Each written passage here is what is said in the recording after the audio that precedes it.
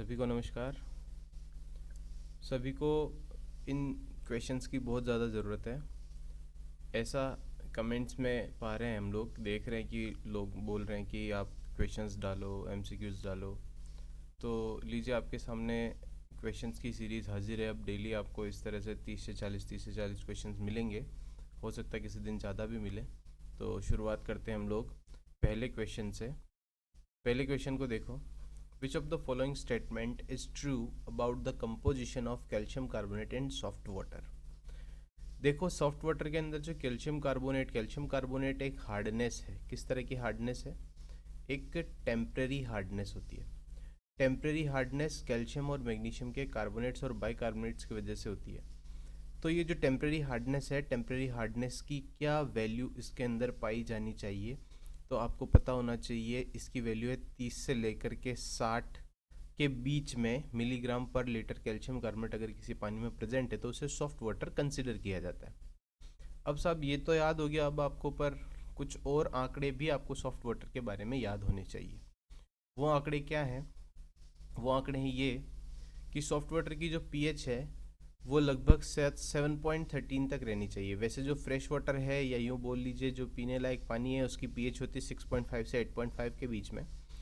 उसकी कंडक्टिविटी होनी चाहिए 1000 माइक्रोन पर, या माइक्रो सीमेंस, या यूँ बोल लें माइक्रो महोज। इससे कम होनी चाहिए। पर जो सॉफ्ट वाटर है उसकी 44 कंसिडर की जाती है। टीडीएस जो है वो 500 पीपीएम से कम होनी चाहिए।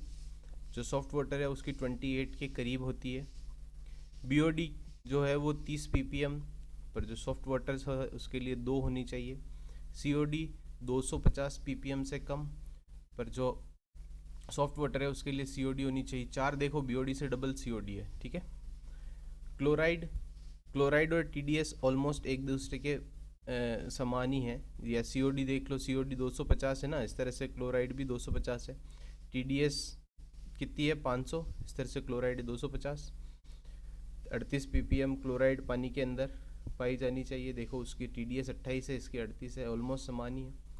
इस तरह से नाइट्रेट होनी चाहिए 45 से कम, 45 पीपीएम से कम। सॉफ्ट वाटर की होती है 26, टोटल हार्डनेस 60 और सॉफ्ट वाटर की 18। ये आंकड़े आपको और याद होने चाहिए, जो कि इनमें से भी क्वेश्चंस पूछ सकते हैं। तो आप देखो, एक क्वेश्चन तो वो था, उसके अलावा 1 2 3 4 5 6 7 8 क्वेश्चंस और आपके पास बनते हुए दिखाई दे रहे हैं, ठीक है। तो इनको और आपको याद कर लेना है। अगली बात करते हैं, which of the following salt are the main cause of temporary hardness? तो टेम्पररी हार्डनेस का मेन कोज क्या है? तो अभी मैंने पहले बोला था कैल्शियम और मैग्नीशियम के कार्बोनेट्स और bicarbonates, these are the main cause of temporary hardness. So the first one, calcium sulphate, this is not carbonate and bicarbonate, ये गलत हो गया। Second is magnesium sulphate, this is not carbonate bicarbonate.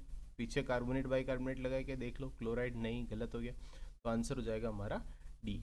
अब आपको ये याद होना चाहिए, इसके लिए मैंने ये नोट्स में से कट किया है अपने, कि जो कैल्शियम कार्बोनेट है वो पीपीएम की टर्म्स में लिखा जाता है। तो हार्डनेस जो है वो कैल्शियम कार्बोनेट के रेस्पेक्ट में पीपीएम की टर्म्स में लिखी जाती है। जो आंसर आता है वो कैल्शियम कार्बोनेट के रेस्पेक्ट में आता है। तो यहाँ पे देखो, कार्बोनेट और नॉन कार्बोनेटेड हार्डनेस दे रखी है आपको। कार्बोनेट हार्डनेस क्या होती है? जिसके अंदर कार्बोनेट और बाइकार्बोनेट प्रेजेंट होंगे, कैल्शियम और मैग्नीशियम के, वो टेम्परेरी हार्डनेस होगी।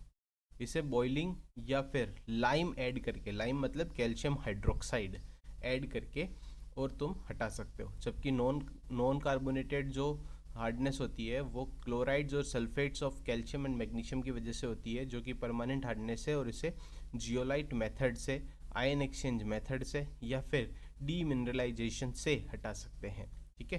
तीन चीज़ें याद रखना दोस्तों, क्योंकि ये आगे भी पूछी जाएगी अभी थोड़े टाइम बाद में, कि zeolite method, ion exchange method और डीमिनरलाइजेशन मेथड, इन तीन से आप नॉन कार्बोनेटेड सॉल्ट को हटा सकते हो या हार्डनेस को हटा सकते हो। नेक्स्ट क्वेश्चन की तरफ मूव करते हैं। According to geological survey, water with less than 1000 ml per litre of total dissolve solid, not suspended solid, तो ये total dissolve solid 1000 ml per litre किसके अंदर पाया जाएगा? तो ये लिमिट है हमारी फ्रेश वाटर की, 1000 ml पर लीटर से कम फ्रेश वाटर के अंदर ये लिमिट होती है, ओके। नेक्स्ट बात करें हम लोग, the amount of dissolved solid passed through the filters in the process of filtration is called. The amount of dissolved solid passing through the filters से पास होने वाले dissolved solid in the process of filtration is called. क्या कहा जाएगा amount of dissolved solid को? तो पहला देखें, independent suspended solid, अरे भैया पास हो रहा है dissolved solid. दूसरा, sum of total solids and suspended solid, नहीं. Difference between total solid and suspended solid, yes ये कहा जाएगा, क्योंकि देखो क्या हो रहा है, the amount of dissolved solid passing, तो डिजॉल्व्ड सॉलिड चला गया तो बचा क्या, सस्पेंडेड सॉलिड, तो इसका मतलब टोटल सॉलिड में से उन सस्पेंडेड सॉलिड को माइनस निकालोगे ना, तो ये difference between total solid and suspended solid is the answer. किसी को समझ में नहीं आया तो फिर बोल रहा हूँ, जो हमारे टोटल सॉलिड्स होते हैं पानी के अंदर, वो दो टाइप के होते हैं, एक तो सस्पेंडेड और एक डिजॉल्व्ड. सस्पेंडेड मतलब जो दिखाई दे रहे हैं ऐसे ही, और डिजॉल्व मतलब क्या हुआ, जो घुले हुए हैं. तो अगर फिल्टर में से डिजॉल्व सॉलिड पास हो जाएंगे तो बचेगा क्या, सस्पेंडेड सॉलिड. तो टोटल सॉलिड में से सस्पेंडेड सॉलिड निकालोगे तभी तो जो पास हुए उनकी अमाउंट निकलेगी. ठीक है, ये है आंसर थर्ड. नेक्स्ट बात करते हैं fourth. Fifth, 5 June celebrated as, 5 June is celebrated as and world environment day. अब बाकी के दिनों का क्या, world water day, world biodiversity day, bio earth day, ये कब मनाए जाते हैं. ठीक है, तो वाटर डे मनाया जाता है 22 मार्च को, बायोडाइवर्सिटी डे 22 मई को, और वर्ल्ड अर्थ डे 22 अप्रैल को. अब ये अगर तुमको अलग अलग डेज याद नहीं है तो ये लो जी तुम्हारे लिए. ठीक है, इसके अंदर देखो 17 डेज हैं, इनको आपको अलग अलग याद करना है. और अगर आपको चाहिए कि इन 17 डेज़ के अलग अलग डिस्क्रिप्शन के साथ में आपको एक वीडियो चाहिए, तो आप मुझे कमेंट कर देना. कमेंट बहुत कम करते हो यार, आप कमेंट करो, क्वेश्चंस पूछो, तो मुझे पता पड़ेगी किस टॉपिक की आपको और रिक्वायरमेंट है, जिसके बारे में मुझे और बनाना चाहिए. तो आप मुझे बता देना, मैं उसके बारे में और बनाऊँगा. ये 17 डेज़ हैं मोस्ट इम्पोर्टेंट, यहीं से प्रश्न आएगा अगर आएगा डेज़ के बारे में तो, इसीलिए आपको एक बार इसको याद कर लेना है. ये वीडियो लंबा हो जाएगा, इसीलिए आप इसका स्क्रीनशॉट लेकर के लिख लेना. मैं आगे बढ़ रहा हूँ. विच of the following unit is used for measuring the turbidity of water.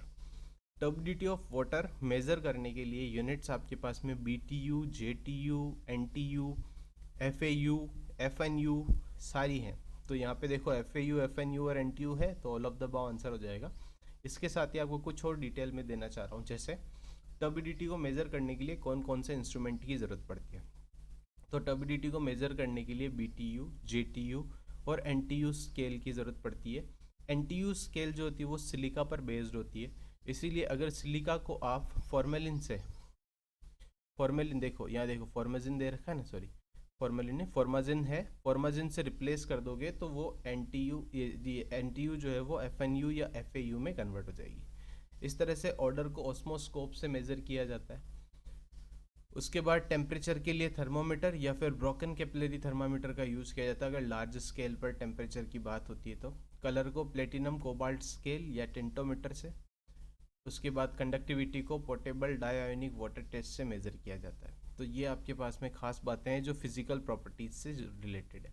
Physical properties से की क्या है, वाटर की फिजिकल प्रॉपर्टीज़, अगर आपको उसके और डिटेल में पढ़ना है तो मैंने वीडियो बना रखा है, तो आप जाकर के प्लेलिस्ट चेकआउट कर सकते हैं. उसके अंदर आपको physical, chemical and biological properties of water देखने को मिल जाएगी. नेक्स्ट बात करते हैं, which of the following is not a water borne disease. Water borne disease मतलब पानी से होने वाली बीमारियां. तो मिजल्स पानी से नहीं होती है, मिजल्स होती है एयर के स्प्रेड होने से. बाकी टाइफाइड, क्लोरेला और हेपेटाइटिस, ये तीनों ही वाटर बॉर्न डिजीज़ है. इन तीनों का नाम याद रखना, ये आगे भी प्रश्न आ सकता है. टाइफाइड, क्लोरेला और हेपेटाइटिस ये वाटर बॉर्न डिजीज़ है. मिजल्स किससे होती है, वायरल से, वायरल इन्फेक्शन से जो एयर के थ्रू फैलता है. ठीक है, नेक्स्ट बात करते हैं आगे. Which of the following river is called the world's most polluted river. Polluted river is Ganga river, सबसे ज़्यादा, तभी तो गंगा को साफ करने का अभियान चलाया जा रहा है. आगे देखो, which of the following are the primary cause of water pollution. Water pollution human activities की वजह से होता है, प्लांट्स की वजह से थोड़ी ना होता है. मैंने इसीलिए दो ऑप्शन तो काट ही दिए, मैंने कहा डायरेक्ट आंसर याद रखना अपने को. Which of the following technique is used for reducing the total dissolved solid in water? Total dissolved solid in water is reduced by ion exchange method and distillation. Osmosis से नहीं होगा भैया, क्योंकि osmosis से तो केवल और केवल सॉल्वेंट ही पास होगा, है ना। तो सॉल्वेंट ही पास होता है, तो उसके अंदर डिजोल्व सब्सटेंस जो होते हैं ना वो पास नहीं हो पाते। और इसके अंदर क्या होता है, ये सबसे लास्ट की टेक्निक है, सबसे लास्ट टर्सरी ट्रीटमेंट करने के टाइम पर इसको काम में लिया जाता है, जब बिल्कुल ही आपको ड्रिंकेबल वाटर बनाना हो ना तब।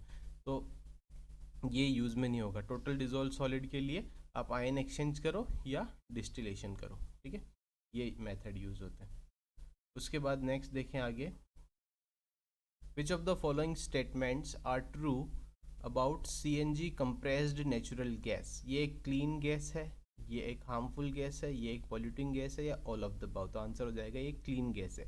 CNG compressed natural gas is methane. Methane आपको पता होना चाहिए, मिथेन की क्या प्रॉपर्टी है। मिथेन एक एग्जॉस्टेबल गैस है, या यूँ बोले आप काफ़ी ज्वलनशील गैस होती है, जिसका यूज़ हम लोग जैसे अपनी किचन में भी कर सकते हैं और एज ए फ्यूल गाड़ियों के अंदर भी करते ही हैं। तो ये तो डिटेल जैसे नॉर्मली LPG CNG की आपको पता ही होती है, पर कौन सी गैस है ये पता होना चाहिए, मिथेन गैस। अब यहाँ पे मैं एक क्वेश्चन आपके लिए छोड़ूंगा कि क्या मिथेन गैस एक ग्रीन हाउस गैस है। ये आपको बताना है कमेंट के अंदर कि क्या मिथेन एक ग्रीन हाउस गैस है, और ग्रीन हाउस गैसेस कौन कौन सी है वो भी आपको बताना है।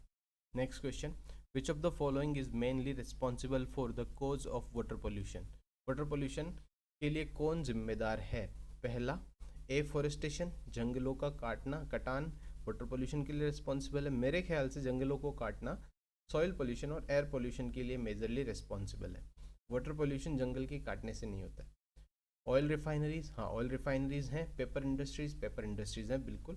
तो आंसर हो जाएगा हमारा B और C, ये हमारे मेन कोजेज हो जाएंगे।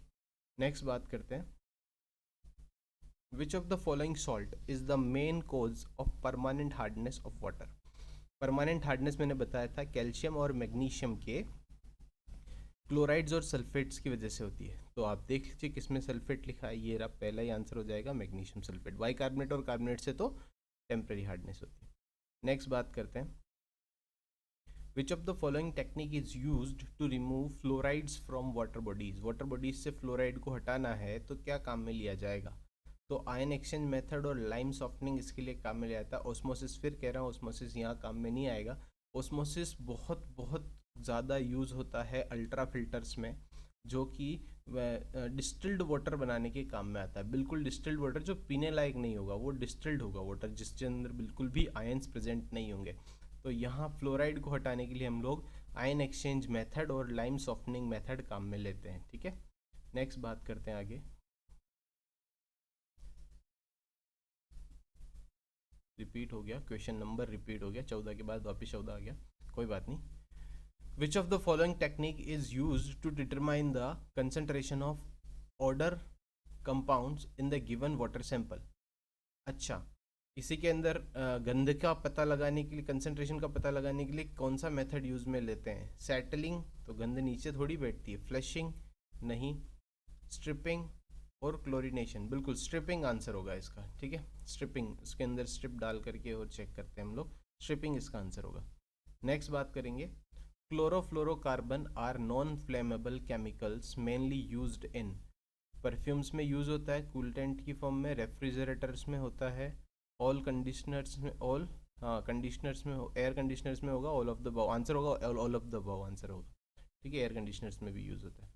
नेक्स्ट बात करते हैं, which of the following is a water borne disease. फिर से क्वेश्चन आ गया, टाइफाइड पहले देखा था, क्लोरेला देखा था, डायरिया भी इसी से होता है, all of the above answer है, ठीक है। वहाँ पे मिजल्स था, है ना, different. The main source of arsenic in water are. Arsenic in water are flood, fertilisers, industrial waste and both of these. A, B and C, both B and C। तो क्या है, आर्सेनिक पानी में, flood बाढ़ से आता है क्या आर्सेनिक, नहीं। फर्टिलाइजर से आता है, हाँ। इंडस्ट्रियल वेस्ट से आता है, हाँ। तो आंसर हो जाएगा B एंड C, ठीक है। नेक्स्ट आ जाओ, नेक्स्ट देखो, the most fresh water lakhs the algae productivity is limited by the availability of which of the following inorganic ions. अच्छा, एल्गी की प्रोडक्टिविटी कौन कम करेगा, limited by the availability of which of the ion. Phosphorus की वजह से algae की productivity कम होती है, ठीक है। Phosphorus is the answer. Next question, which of the following disease और infections is caused due to poor water hygiene? Leprosy, trachoma, conjunctivitis, all of the above. किससे होगा इन्फेक्शन? किस ये अच्छा, पुअर वाटर हाइजीन की वजह से इन्फेक्शन होता है तो लेप्रोसी, ट्रकोमा और कंजक्टिवाइटिस तीनों ही होते हैं। तीनों ही आंसर है इसका, लेप्रोसी, ट्रकोमा और कंजक्टिवाइटिस।